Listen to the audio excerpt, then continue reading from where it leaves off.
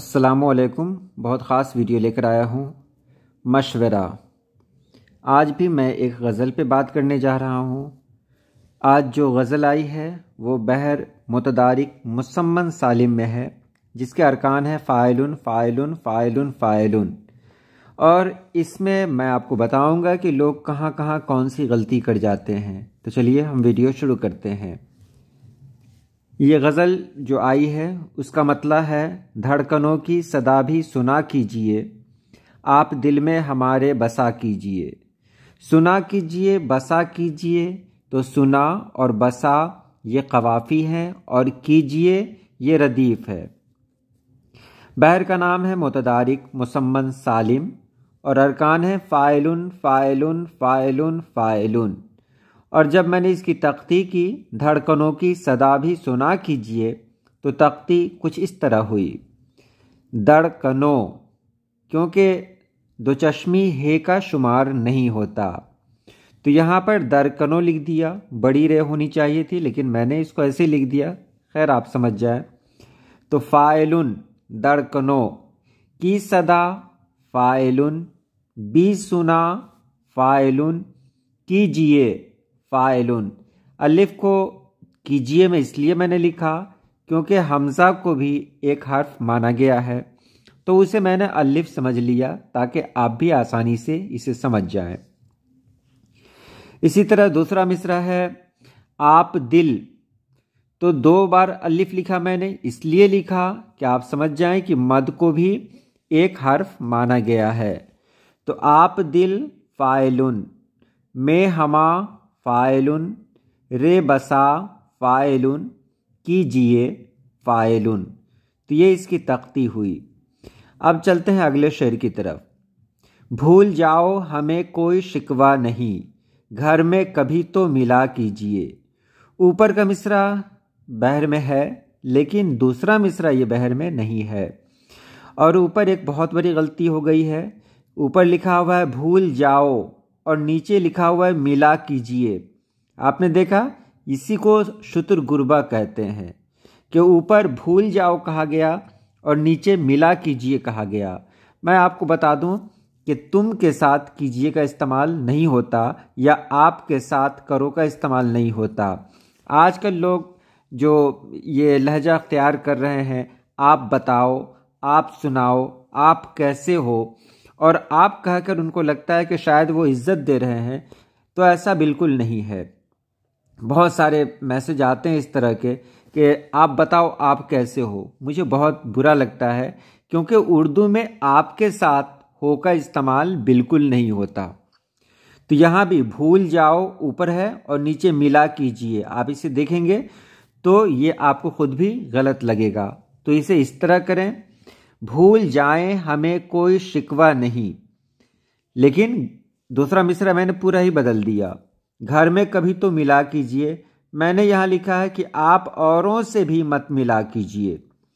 तो ये एक बात हो सकती है, आप समझ सकते हैं मेरा ये कहना क्या चाह रहा हूँ, या शायर ने क्या कहा कि घर में कभी तो मिला कीजिए। अब शायर ने कहा था कि मुझे भूल जाओ कोई शिकवा नहीं है, लेकिन घर में मिला कीजिए। तो जब हमसे वो इंसान मिलेगा ही, तो फिर वो भूलेगा कैसे? इसे आप समझें। जब वो इंसान मिल ही रहा है हमसे, तो वो भूलेगा कैसे? यहाँ मैंने इसको इस तरह बदला कि आप मुझे भूल जाएं, कोई बात नहीं है, लेकिन आप गैरों से भी मत मिला करें, क्योंकि यही तो तकलीफ की बात होती है। उसके बाद यहाँ देखें, एक मैकश ने वाइज से इतना कहा, कुछ हमारे लिए भी दुआ कीजिए। अच्छा शेर है, इसलिए मैंने इसमें कुछ नहीं कहा। दूसरा जो शेर है उनका वो इस तरह है कि सिर्फ दुनिया की चाहत में कब तक रहो, आखिरत के लिए कुछ जमा कीजिए। अब देखिए ऊपर क्या है, कब तक रहो, और नीचे इन्होंने जो काफिया इस्तेमाल किया है वो है जमा। अब दुआ, भला, दिया, हंसा, इसका काफिया जमा बिल्कुल नहीं हो सकता, क्योंकि जमा का तलफ़ुज़ भी अलग है। जमा, आखिरत के लिए कुछ जमा कीजिए, इसका तलफ़ुज़ भी बदल जाता है और ऐसे देखने में भी आपको अच्छा नहीं लग रहा होगा। एक बात मैं बता दूं कि कवाफी जो होते हैं ना, उसमें आखिर के जो हर्फ होते हैं उसका बहुत ज़्यादा ख्याल रखना होता है। सिर्फ एक ही हर्फ है जिसमें तब्दीली हो सकती है, वो है अलिफ, यानी पत्ता, दिखा। तो हे और अलिफ में ये गुंजाइश निकल आती है, लेकिन और किसी हर्फ में ऐसी कोई गुंजाइश नहीं है। अगर अलिफ है तो वहाँ पर आप ऐन का इस्तेमाल नहीं कर सकते। यहाँ इन्होंने ऐन का इस्तेमाल किया है। मैंने इसे कुछ इस तरह बदला, सिर्फ दुनिया की चाहत में कब तक रहूं, आखिरत के लिए भी दुआ कीजिए। ये अपने बारे में कहा गया है, किसी और से कहा गया है कि मैं दुनिया की चाहत में कब तक रहूं, आप मेरे लिए दुआ करें कि आखिरत मेरी बेहतर हो। उसके बाद है रास्ते पुरखतर हों तो क्या हो गया, हर किसी से जहां में वफा कीजिए। अब देखिए एक बात ख्याल रखिएगा आप, रास्ता पुरखतर हो और जहान में वफा हो, इस तरह का ख्याल क्या आपको सही लग रहा है?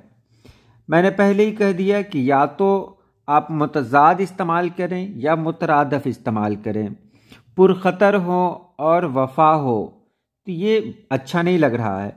यहाँ अगर इस तरह इसको कर देते तो और बेहतर होता कि सारी दुनिया बेवफा हो गई है तो उससे क्या, हमारी फितरत ऐसी कि हम सभी से वफा करें। तो इस तरह ये होना चाहिए। अब पहले मिसरे में पुरखतर है, पुरखतर से दूसरे मिसरे को कोई लेना देना नहीं है, इससे बचा जाए, यही ऐब है शायरी में।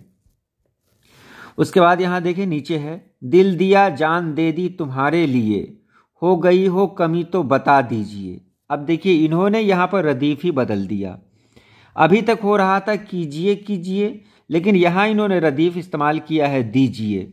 ये गलती हो जाती है।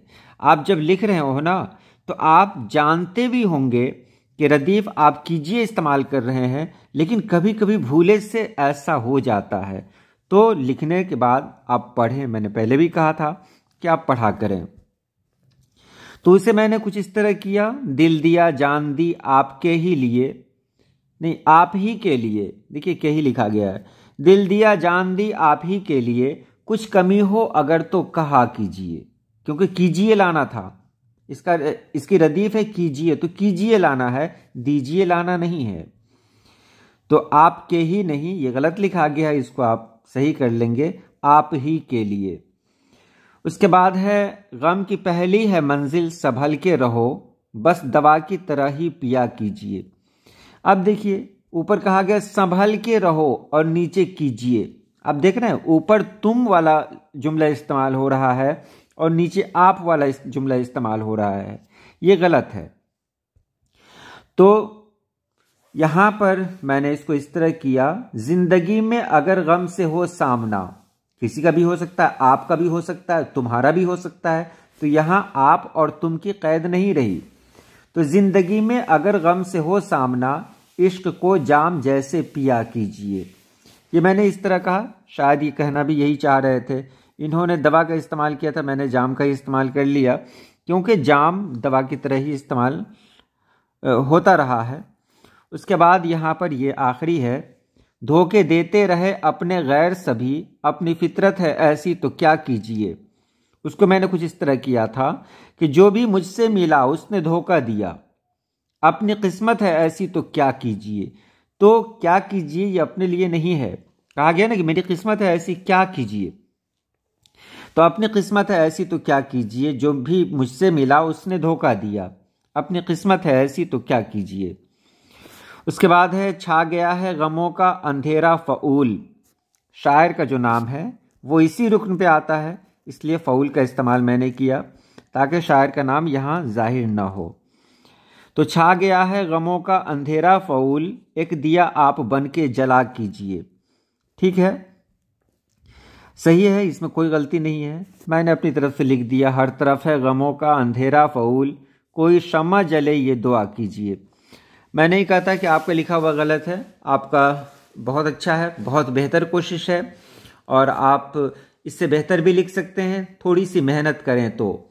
और हाँ, एक बात मैं आपको फिर बता दूं कि एक साथ इतने सारे कलाम आते हैं, सबको देखना ये मेरे लिए मुमकिन नहीं है, ताख़ीर हो जाती है, इसलिए इसका ख्याल रखें। आप कोई कलाम भेजना चाहते हैं, आप फेसबुक पे भी भेज सकते हैं, फेसबुक पर भी मैसेज कर सकते हैं, वहाँ से आपका कलाम मिल जाएगा। तो आज के लिए इतना ही। अल्लाह पाक आप सभी लोगों को खुश रखे, आबाद रखे। अल्लाह हाफिज़।